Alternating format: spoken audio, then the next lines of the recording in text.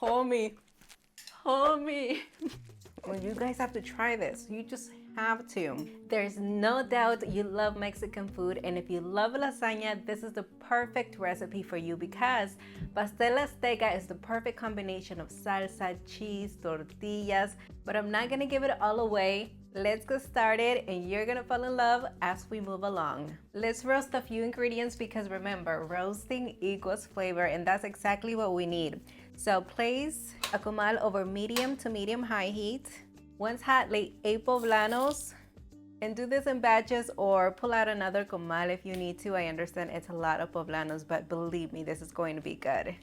Turn them as needed. You want them to blister and char all around.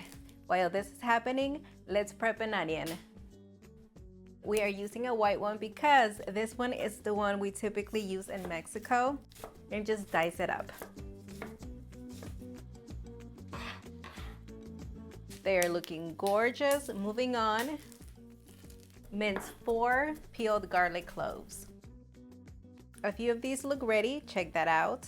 Beautiful all around. Transfer them into a bowl. And once you have a little bit of space in there, also roast 3 jalapeños.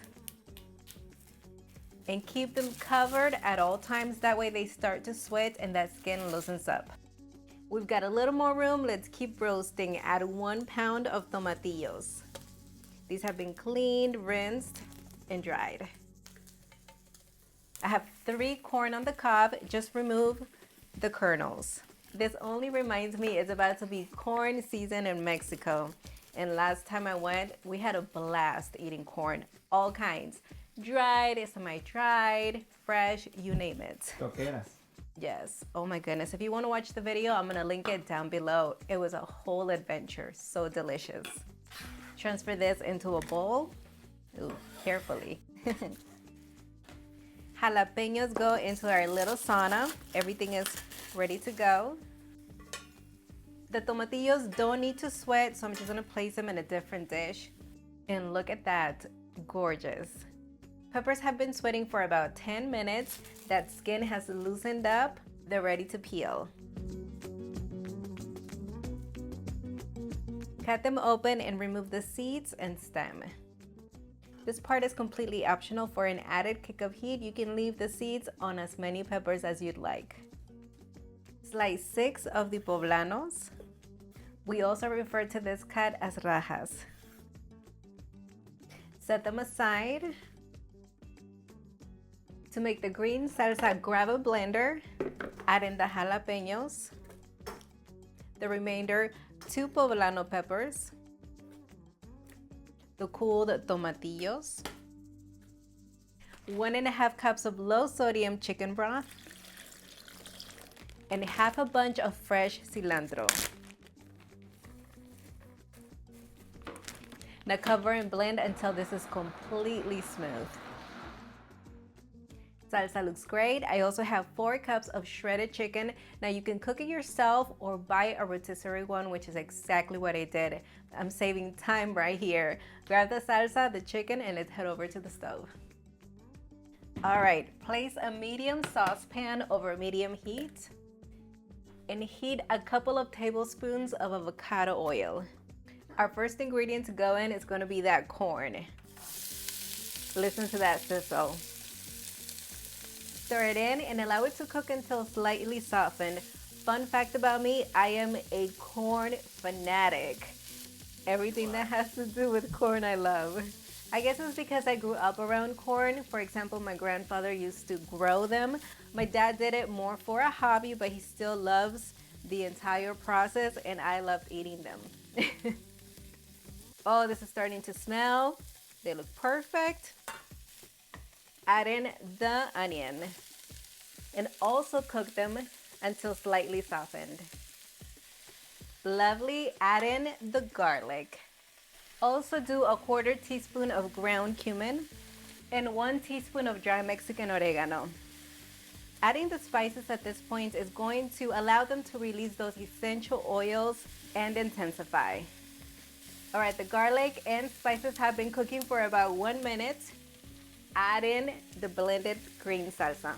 Mexican cooks use this technique of frying the salsa as a way to thicken it and also intensify those flavors. Okay, allow this to reach a boil, then lower the heat to medium-low and allow it to cook on a gentle simmer for about 8 minutes or until the salsa has slightly thickened. Look at that consistency, exactly what you want. Stir in salt to taste and add in the shredded chicken.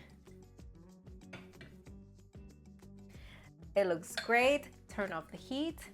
Set it aside, that way it cools down before we assemble that pastel. Now grab 28 corn tortillas in a pan and heat a very generous amount of avocado oil, enough for pan frying. When that oil is nice and hot, lightly fry the corn tortillas. Fry them until just pliable. Do not let them crisp up. Don't let them brown. Just until pliable. It should only take a few seconds. And transfer them onto a dish and continue with the rest. Last two are done. The heat is off. Preheat the oven to 350 degrees Fahrenheit. Come on. All right, let's make our creamy mixture. I have 2 cups of requesón, which is similar to ricotta cheese. If you cannot find requesón, feel free to sub it for ricotta. And just add that into a bowl.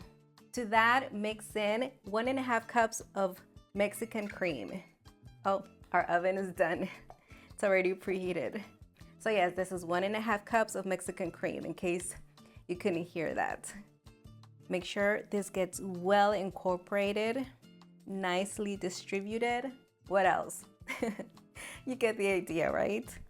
This looks great. It's gonna be a little bit lumpy, and that is fine. Set it aside and grab your 10 by 13 baking dish. We're also gonna need 24 ounces of shredded Oaxaca cheese. Spray the bottom of your baking dish with non-stick baking spray. This is actually avocado oil based. And since I know some of those tortillas are a little oily, this is optional, but you can pat those tortillas dry with a paper towel. And line the bottom of the baking dish with the corn tortillas. We are making 3 layers, so that means that each of our components have to be divided into 3 portions. Start out with that cream requesón mixture. Using my mini spatula, I'm gonna spread it evenly across the entire bottom. Now the cool salsa with chicken. Now some of those poblanos we sliced, remember the rajas? Finally top that with the shredded Oaxaca cheese. Oh my goodness, that filling is being hugged by the Oaxaca, and then you have the requesón mixture at the bottom. Talk about cheesy goodness. All right, let's make 2 more layers. Tortillas go in.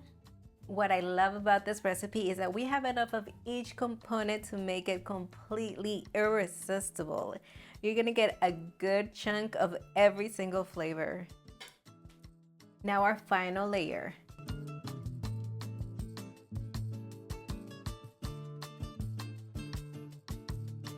And guess what? This is ready for the oven, 350 degrees Fahrenheit for 20 minutes.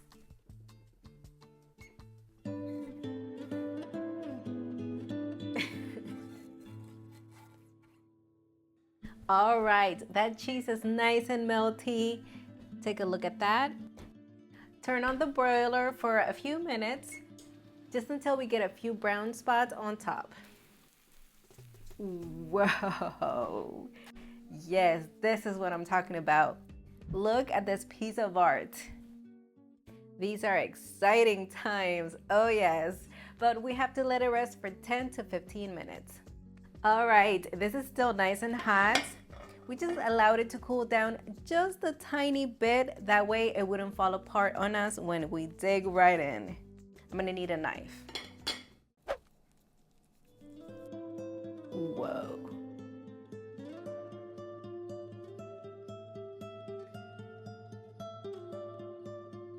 Look at my portion. Story of my life. I have to count carbs. It's okay though. I am going to enjoy every bite of this to the full. Hold on. Cheers. Get fancy on me. Look at that cheese. Now look at everything. I'm gonna get something, Nelson. Hold me. Hold me. Hold on, who's gonna hold my cake? Oh man. That's poblano.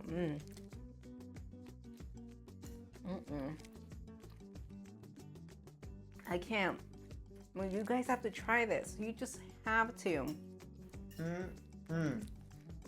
The love is real. Wow, this is so good. You've got to try it at home. It's a must. I really hope you enjoyed this recipe. Don't forget that you can follow us on all of our social media platforms. The full printable recipe is available on villacocina.com for your convenience. And I guess until the next one. Look at that cheese. Bye.